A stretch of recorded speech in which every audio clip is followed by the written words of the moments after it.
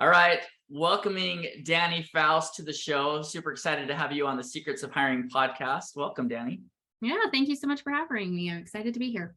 Awesome. So Dani is the Director of Talent Acquisition for Pluralsight. Maybe tell us a little bit about your role, Dani. Yeah, happy to. So I oversee all of our corporate function recruiting at Pluralsight. So anything that is not sales and not software development usually runs through me and my team. And been here about coming up on 4 years, and it's been quite a journey. So yeah, love what we do over here.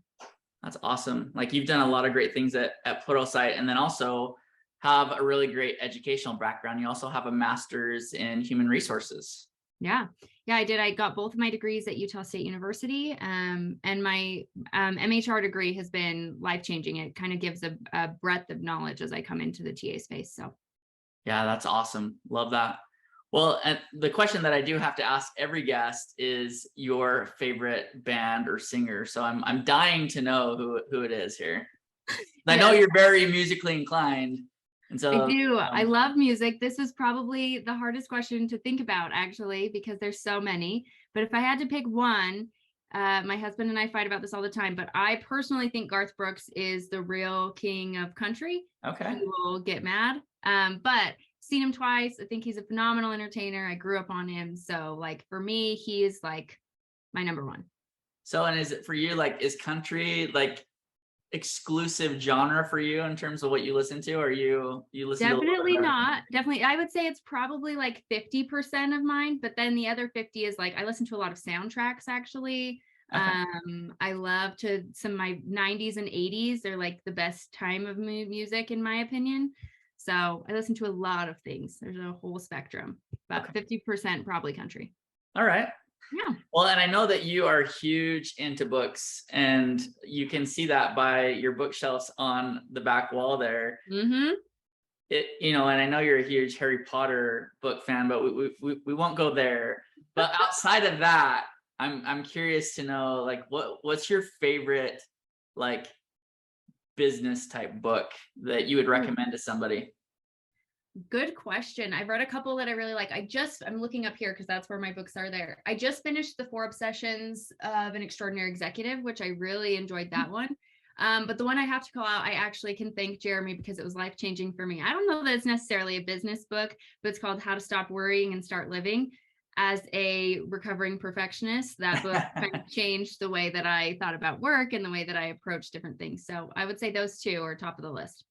Yeah, no, that second book, I haven't read the first one, so I'll have to definitely read that.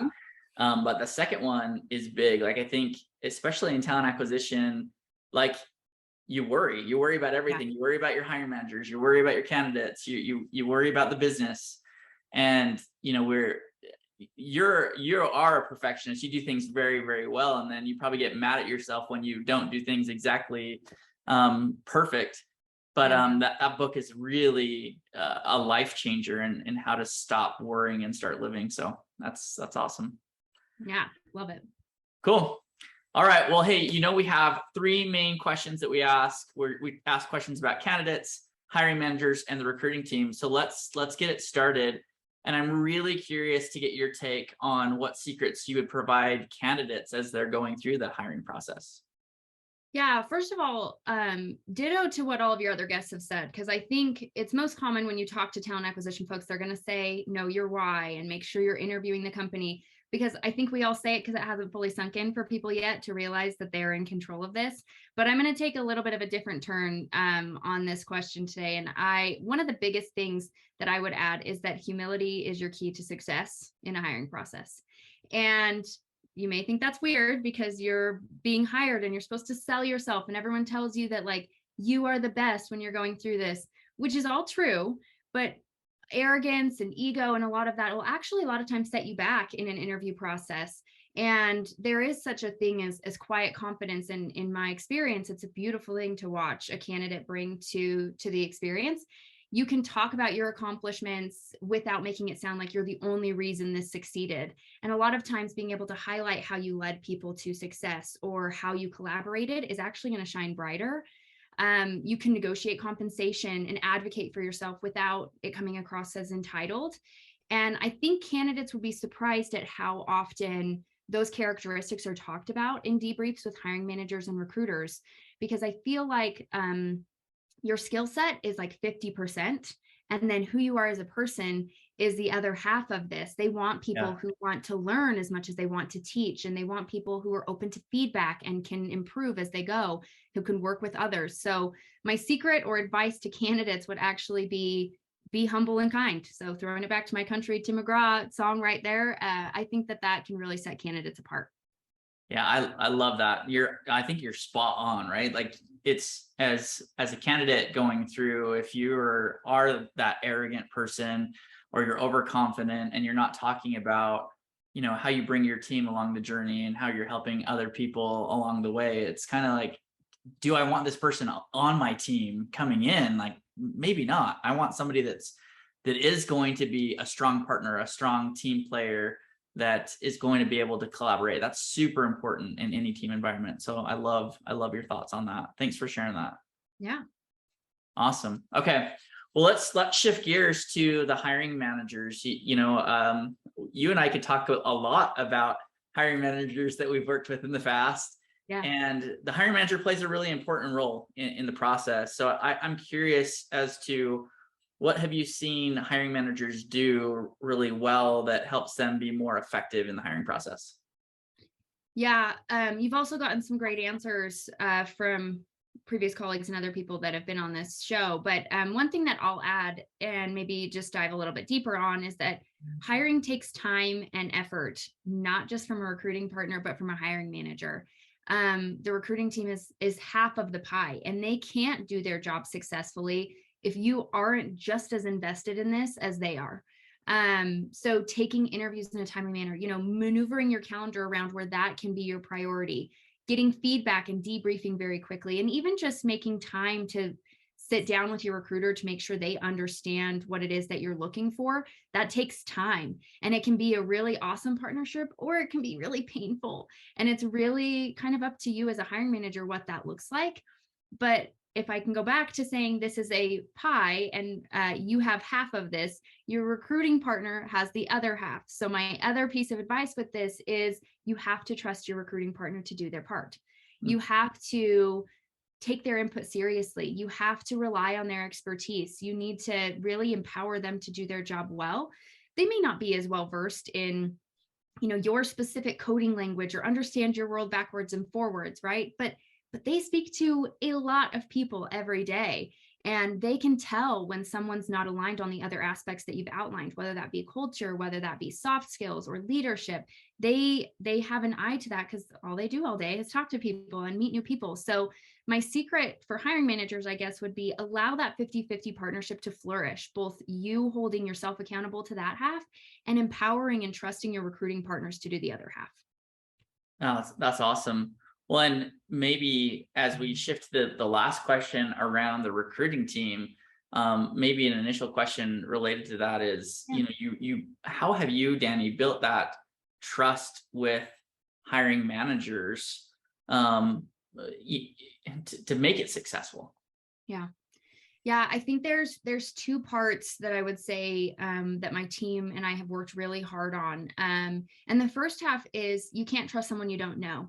So this year, my team has actually spent extensive amount of time, even if you're not hiring for that person, sit down with them, get to know them, their background. What does their team even do? What is it that their team does really well? Where have you seen some gaps? So that when the opportunity comes for you to hire, they know you, they trust you. They've already sat down and expressed all of this stuff to you. So you going to deliver is like, yeah, this is my partner. I know them. I trust them. So first is like establish a relationship, even when you're not hiring, would be my first piece of advice. And then my second is just do your job. Like as silly as that sounds, when you execute and you deliver, they trust you more to do that. Yeah. And so a lot of times it's just do your job and do it well. And that trust will continue to build over time. What additional advice do you have for the recruiting team to be successful? Yeah, this is probably my favorite question. And I think that I have to say I've been really lucky to work with what I think are some of the best recruiters and best teams and leaders during my time at Pluralsight. So I will say that like my secret here comes from my experience and what a lot of these people have taught me while being at Pluralsight. And so The secret comes down to 2 words, and that is they know. And I know that sounds weird, but what does that mean? Candidates know if you're feeding them a line. Mm. They know if you don't mean what you say, or if you're reading off a script. They know if you're lying about missing a call or not moving them forward or giving them bogus feedback. They know. And on the flip side, your hiring managers know if you don't understand the role. They know if you don't care about their business or you don't care about helping them find the best of the best. They know if you just want to get a butt in a seat and fill a quota. So my secret to recruiters is be genuine, be honest. You can share as much as you possibly can, as frequently as you possibly can, and it's going to change the relationships you've built with leaders, with candidates, and it'll overall just change your entire approach as you go through this. And with that, I guess my add-on, my asterisk here would be, this is something I say to all my candidates. As a recruiter, you sell a company. And I've always told my candidates that I cannot, as a recruiter, work at a place where my pitch, my thought about Pluralsight is not authentic. My why of being here is not real. And so that's something I challenge all the recruiters that are listening to this, that if you can't do that, are you in the right place? Are you in the right role? Because your candidates will know, your leaders will know, your own leader will know if you don't kind of feel that as deeply as you're trying to express it. So my secret is they know. So believe it, be honest, be genuine as often and as frequently as you can.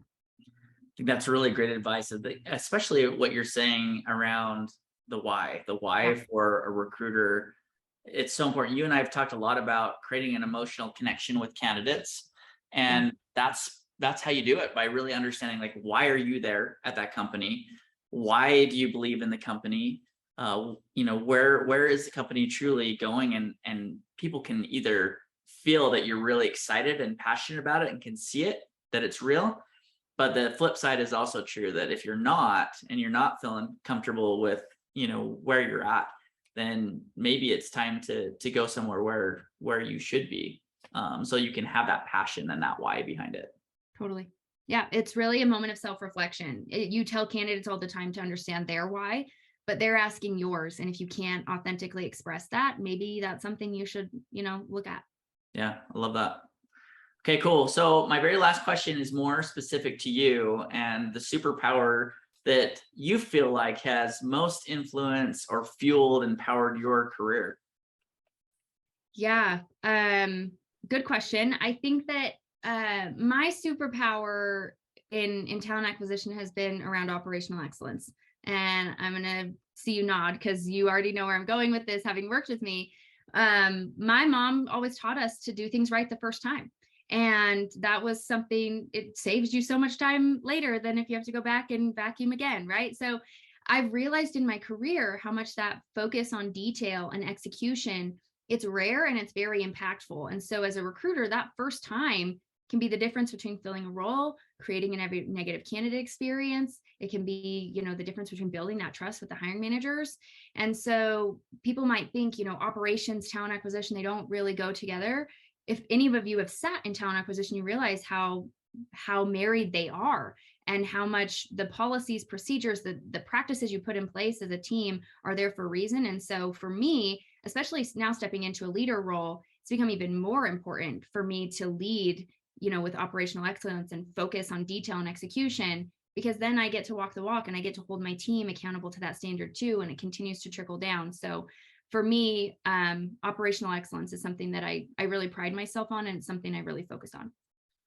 It's interesting that you say that, and I've been thinking about this podcast today for the last little bit, and thinking about all the different superpowers that you have, because I've worked really closely with you, and you have like this cornucopia of superpowers that are in your toolbox. But knowing you and knowing a little bit about how you grew up and how important hard work was to you and your family, and as a kid, like, you had hard things that you had to do, and you were held accountable to doing things, that has made you so impactful as a leader, because you know what hard work means, what determination means, that you're never going to stop until you get it done. Like, you have this ferocious, in a good way, like, want to do amazing work and do great work. And so you do, like everything you do, like you've got that Midas touch, like everything you do kind of turns to gold. So Thank you. I love that about you. And then that becomes contagious to the rest of your team and to hiring managers and the people that you work with, because they want to achieve that same level of excellence that you provide day in and day out, because you really care. You really want to go the extra mile.